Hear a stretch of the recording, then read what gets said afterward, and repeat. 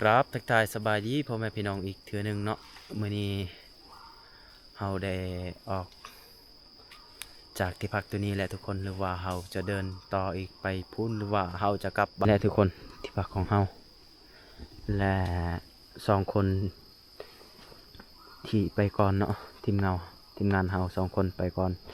ยังจะไปเดียวคอยนี่แหละอันนี้แหละที่พักของเฮา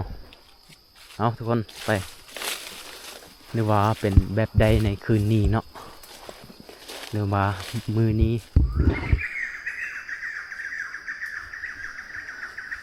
เจอนกเลยทุกคนบัวนกยังเนาะมันร้องกัน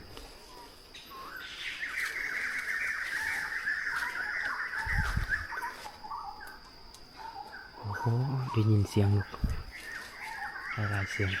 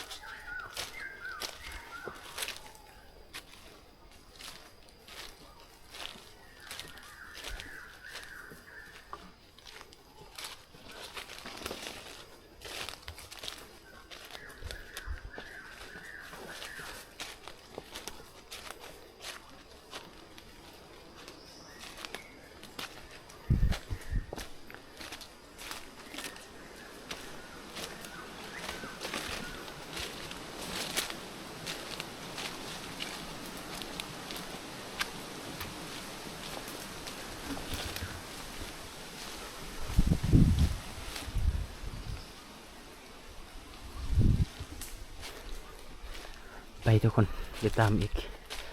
สิลุ้นอีกต่อไปมันหรือบ่มันแบบพี่น้องลุ้นนี่เจอเห็ดแล้วทุกคนเจอเห็ดเนาะบ่ฮู้ว่าเห็ดหยังนี่อันนี้บ่แม่นเลือดนะอันนี้เห็ดเด้บ่ว่าเห็ดหยังนี่ตัวนี้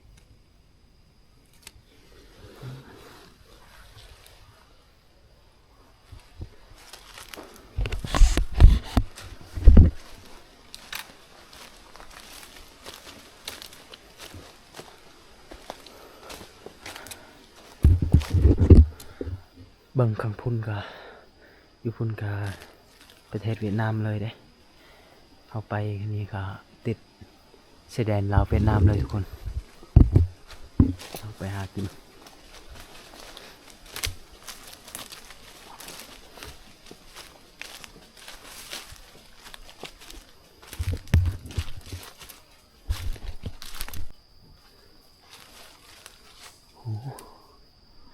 ต้นไม้สูงๆใหญ่ๆประมาณนี้เลย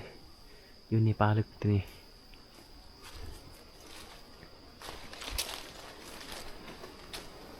เราใส่ชีวิต2 คืน 3 วันเลยทุกคนเราใส่ชีวิตในป่าลึกเรา3 คนในป่าลึกตัวนี้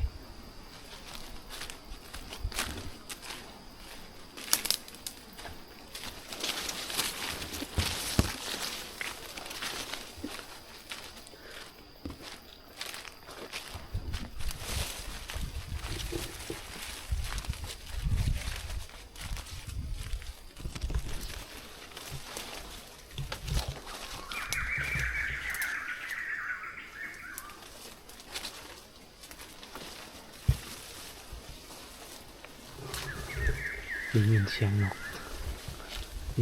นกอีกเนาะ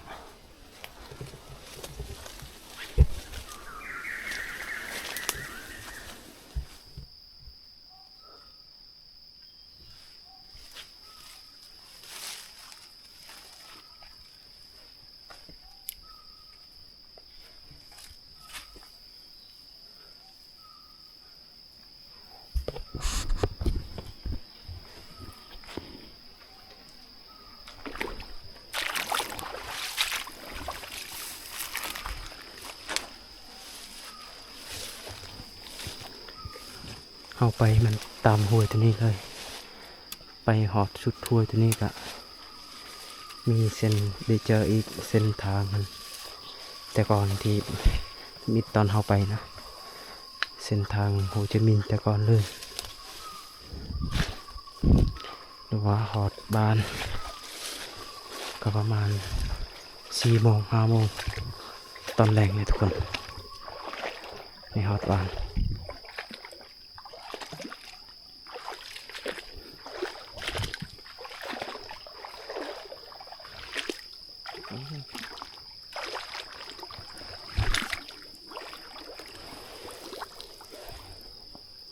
มาอีกอย่างนี่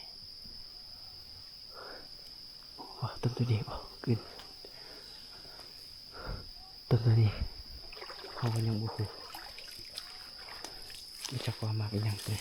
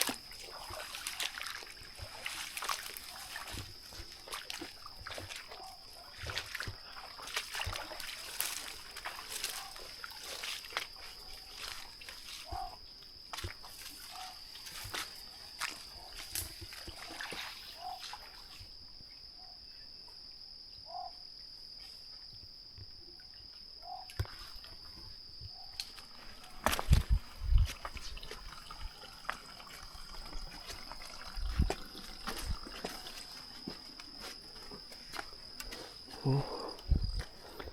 เจอที่พักแล้วนี่โอ้โหว่าที่พักผู้ใดเนาะนี่ที่พักเก่าแล้วที่พักตัวนี้ประมาณ2 ปี 3 ปีประมาณนั้นเลยทุกคนพูดเอาทุกคนตัวนี้เอาไปจะสุดพุ่นเลย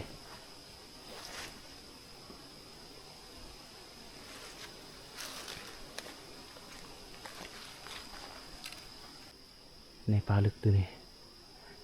สิลุยต่ออีกพี่น้องว่าแบบใดสิเราลุ้นนำกันได้หรือบอในมือนี้เนาะได้หรือบอสัตว์หรือว่ากระหอกดำกระหอกแดงครับพี่น้องเราลุ้นนำกันเลย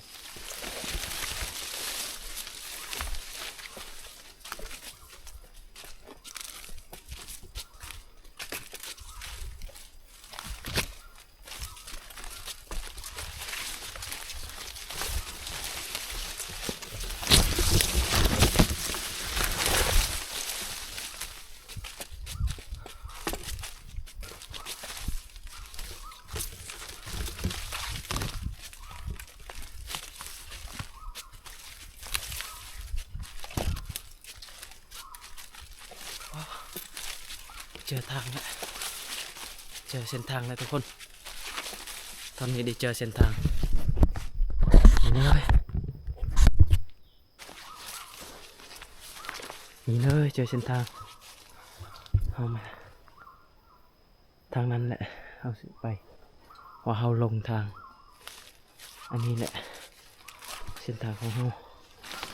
ว่าทางไงเส้นทางโฮจิมินห์แต่ก่อนเนาะอันนี้เลย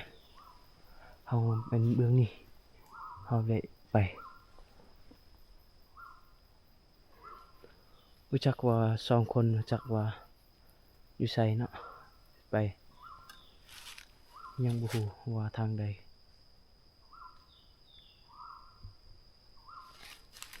เบิ่งนี่แหละวู้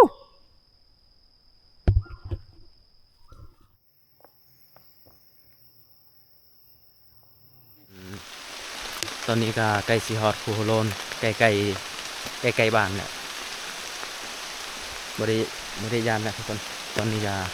ใกล้สิฮอดบ้านแล้ว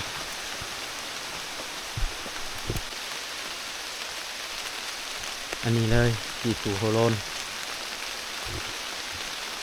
บ่บ่ได้ยามแล้วได้เจอภูโลนเนาะตอนนี้ก็ใกล้สิฮอดบ้านแล้ว